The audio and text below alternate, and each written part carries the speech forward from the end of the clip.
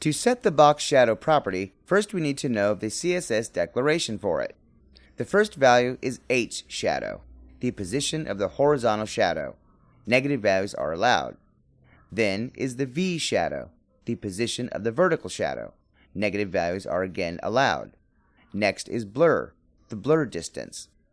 Next is spread, the size of the shadow.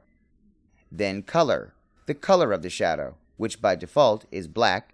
And finally, inset, which changes the shadow from an outer shadow to an inner shadow. Now change to edit mode and create a container.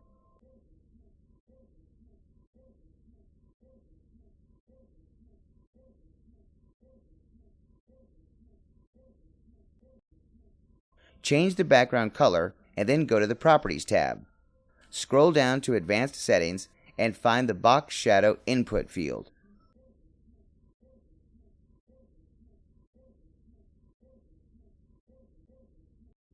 The horizontal shadow will be 10 pixels, vertical shadow 50 pixels, and set the blur to 10 pixels.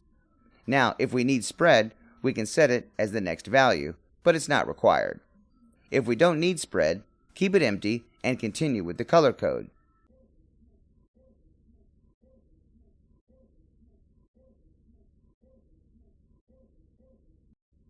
I'll write number 000, which is the color white. Press enter and you can see that we have a box shadow.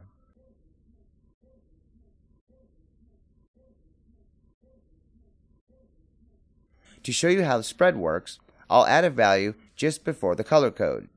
You can see that the shadow spread gets larger. Now I'll delete the spread and it's gone.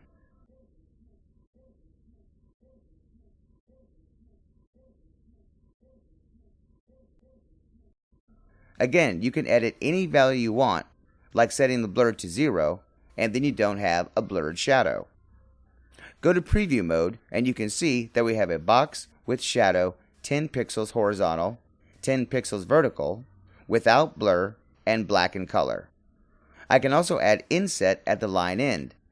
I will use the inner shadow, and again, we can change any value we want for the inner shadow.